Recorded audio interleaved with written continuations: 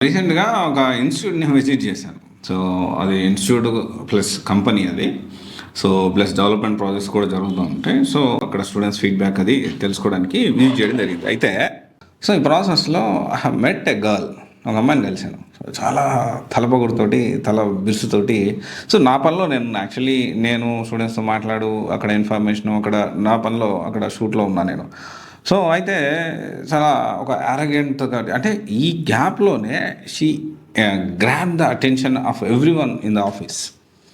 ఆఫీస్‌లో ఈ అమ్మాయి ప్రతి ఒక్క అటెన్షన్ గ్రాబ్ చేసింది. సో, బేసికల్లీ ఏందంటే నా మైండ్ సెట్ ఎలా ఉంటదంటే, నేనేం చేస్తున్నాను? నా పనేంది? నేను నెక్స్ట్ ఏం చేయాలి? అంటే చాలా వరకు చిన్న చిన్నవి జరుగుతా ఉంటాయి. నేనసలు జరిగిన చిన్న చిన్న వాటికి 99 కాదు 100% కూడా నేను ఇగ్నోర్ అసలు నాకు మైండ్‌లో కూడా రావు. తలకు కూడా రావు. సో, నా పని నేను చేసుకుంటూ వెళ్ళిపోవడం జరిగింది. సో, తర్వాత నాకు అక్కడ company one of the key person phone చేసి, ఇలా జరిగిందంట కదా! సో, వీఆర్ సారీ మా ప్రెమిసెస్‌లో జరిగిందని నాకు కాల్ చేశారు. సో, అంటే నేను వాస్తవానికి నాకు అనిపించింది వియర్డ్‌గా తన బిహేవియర్. అంటే ఈ గ్యాప్‌లోనే తను చాలా వియర్డ్‌గా బిహేవ్ చేసింది. అదేంటి చెప్పడానికి కూడా రావట్లేదు అది. చాలా వియర్డ్‌గా ఒక రకమైన యాటిట్యూడ్, ఒక రకమైన యారగెన్సీ చూపించింది. సో, తల పొగడుతూ. సో, ఫోన్ చేశారు. నైట్ ఫోన్ చేసినప్పుడు ఐ వాస్ కంప్లీట్‌లీ అన్‌అవేర్.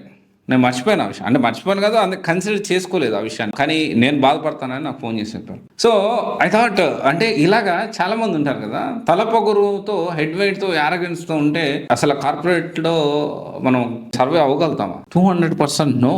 ఎప్పుడూ కూడా వీళ్ళ ఫోకస్ అనేది మీ మీద రాకూడదు. దట్ టూ నెగెటివ్ ఆస్పెక్ట్‌లో రాకుండా ఉండాలి. చూసుకోండి అలాగా. నేను అమ్మాయినైనా, అబ్బాయినైనా ఎవరైనా కానీ చెప్తా ఉన్నా. ఇప్పుడు ఈ అమ్మాయి కాబట్టి అమ్మాయి గురించి అమ్మాయి అని చెప్పాం కానీ అమ్మాయి అయినా, అబ్బాయి అయినా యూ షుడ్ నెవర్ అంటే నీ యాటిట్యూడు, నీ కోపము, నీ యారోగెన్సీ 100 ఎకరాల ఆసాము అయినా లేకపోతే ఏమీ లేకపోయినా ఇట్ డజంట్ మ్యాటర్.